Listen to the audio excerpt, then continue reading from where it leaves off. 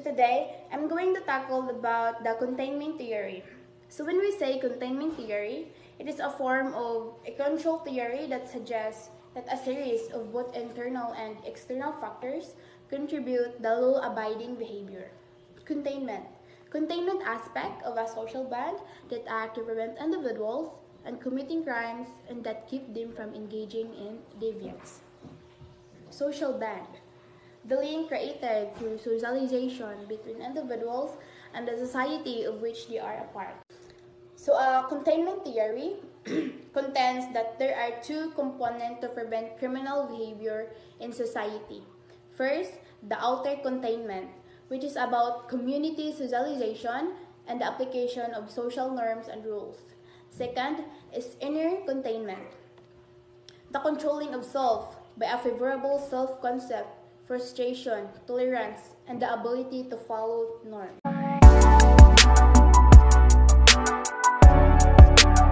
We'll tackle about Walter Reckless containment theory in 1899-1988. He is a professor emeritus of sociology at Ohio State, was well known for his containment theory, which focused on what stops people from engaging in crime, or rather, what contains people. This containment theory consists of inner self controls and outer social controls, such as a personal sense of right and wrong to others who influence the individual that may hinder an individual from committing a crime. Reckless studies helped pave way to later theories of control to help shape the field of criminology. To recognize his accomplishments in research and theories, Reckless received the Edwin H. Sutherland Award from the American Society of Criminology in 1963. Reckless considered the four key factors to be self concept, good orientation, frustration tolerance, and norm retention. Self concept is how we perceive our behaviors, abilities, and unique characteristics. For examples, beliefs such as I'm a good friend or I am a kind person are parts of an overall self concept. Goal orientation, in reference to a person having a sense of direction in life, a purpose, an aspiration towards a goal which is realistic and achievable in a legitimate way. Next is frustration tolerance. Considers that there must be biophysical desire that urge us towards deviant behavior that are compounded by society, frustrating, thwarting our success due to the different opportunities available to us. Norm retention. This is the adherence and acceptance of laws, codes, norms, and customs, and so on.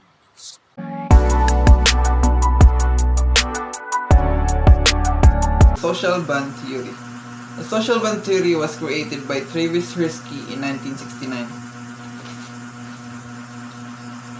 Travis Hirsky was an American sociologist and an emeritus professor of sociology at the University of Arizona.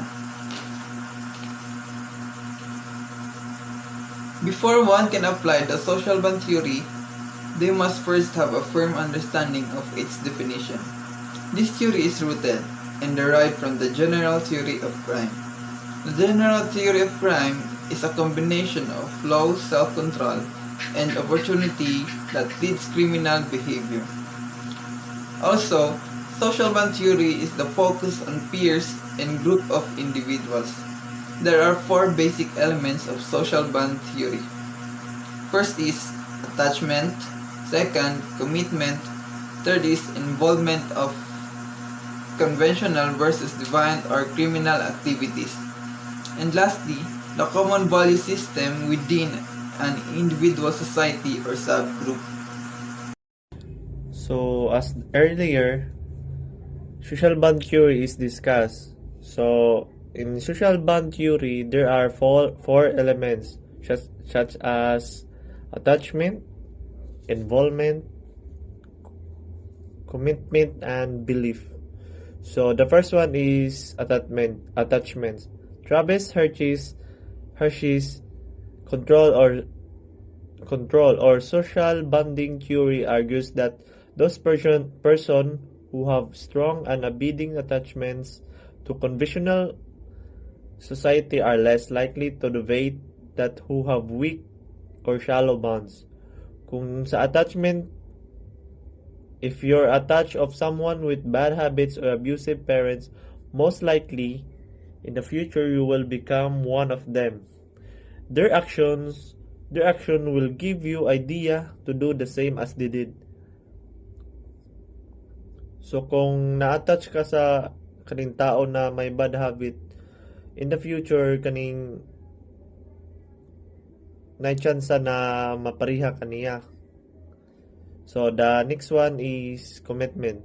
So commitment, it is an individual has to abide by legal behavior, norms and values taught to us as an adolescent should be obey how society work in normal terms. So ang commitment daw kuno is to obey how society works in normal terms. Kita mga tao dapat ta mosunod sa mga balaod sa ato lipunan. So for example, ikaw gini ka na dapat ang imuha anak imuha responsibility siya sa iyaha life, responsibility sa iyaha. So as a parent, you should be a good role model to your children. So the third one is involvement. Involvement is the third component of the social bonds, and it refers to the time, energy used on conventional activities. According to the book, ang involvement daw kuno is nag-give kag time sa usa ka activity like sa schools or sa imong family, like family bonding. So the last one is belief. So belief is conviction of the truth of some statement or the reality of being or phenomenal, especially when based on examination of evidence. So ang belief daw kuno is nituo ka sa usa ka sulti or statement sa usa ka tawo.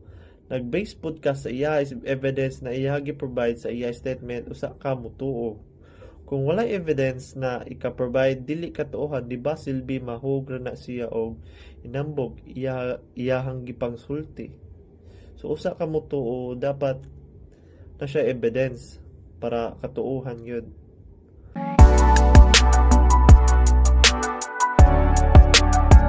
Life course theory. The life course perspective is a broad approach that can be used in a variety of subject matters, such as psychology, biology, history, and criminology. As a theory, the denotation establishes the connection between a pattern of life events and the actions of that humans perform. In the criminology field, life course theory is used as a backbone or a starting branch for an assortment of the other theories that are less broad and more specific. This history of the theory partially stems from the 1920s theorist Carl Mannheim, who wrote the groundbreaking dissertation, The Sociological of Generations. Although Mannheim does not explicitly generate a full-fledged theory, he demonstrates the findings of how the human experience, specifically undergone its childhood, shape their past done from the generation form the further generations. They have some example of life course theory. An individual who gets married at the age of 20 is more likely to have a relatively early transition to having a baby. Raising a baby and sending a childhood away when a child is fully grown up in the comparison to his or her age group. And life course theory is, they have 5 concepts. And first one is time and date. Second, life span development. Third, timing. Fourth, agency. And 5, likely lives. Importance of life course theory. Collectively, Development and life course criminology allow from the examination of within individual changes over time, the impact of critical life events, the importance of the social environment, and pathways, transitions, and turning points.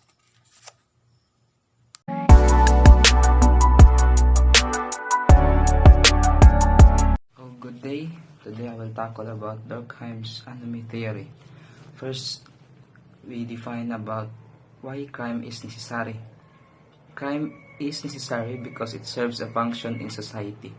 Although it is not preferable, with the progression and evolution of modernity and emphasis on monetary success, crime is inevitable because a perfectly stable, uniform, and able society is impossible.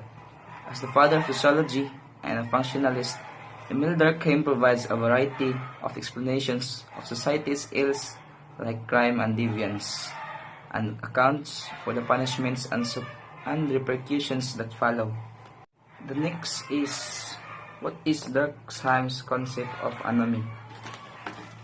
Durkheim's anomy theory describes the effects of the social divisions of labor developing in early industrialism and the rising suicide rate.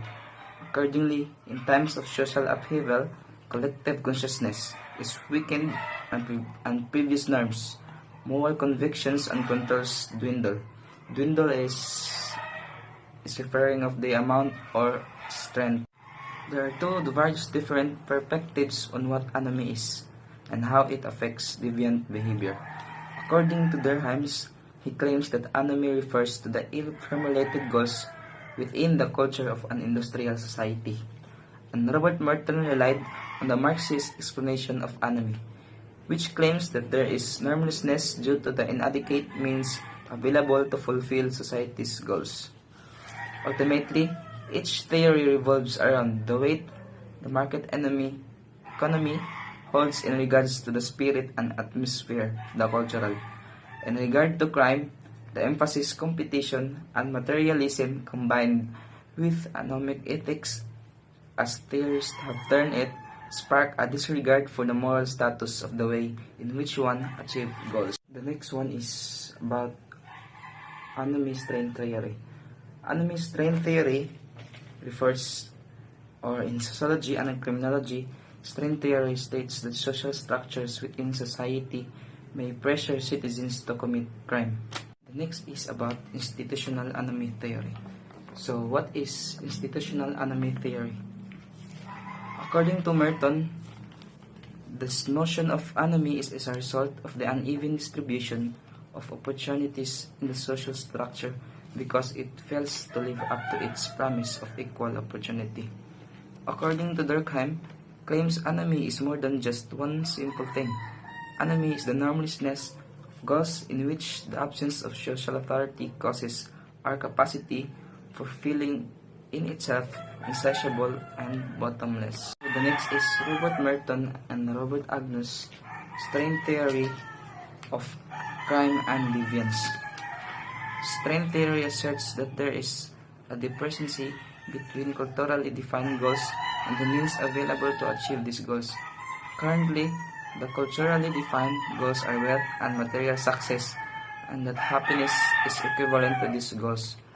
Thus, the institutional means to acquire these goals that are hard work and education. Furthermore, it is widely accepted that those who do not succeed are inherently lazy or inept in some way.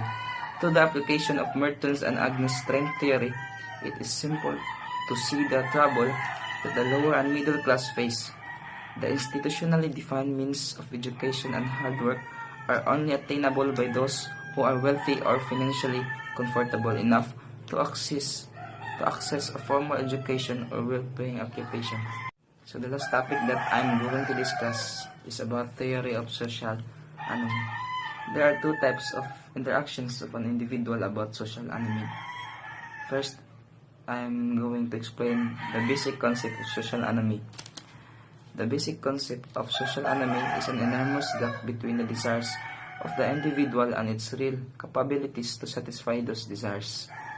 The first interactions of an individual is the one who gives or he carries out its social obligations in accordance with his social role. And a social environment does not give any feedback on his conduct, this will result in the alienation of the individual.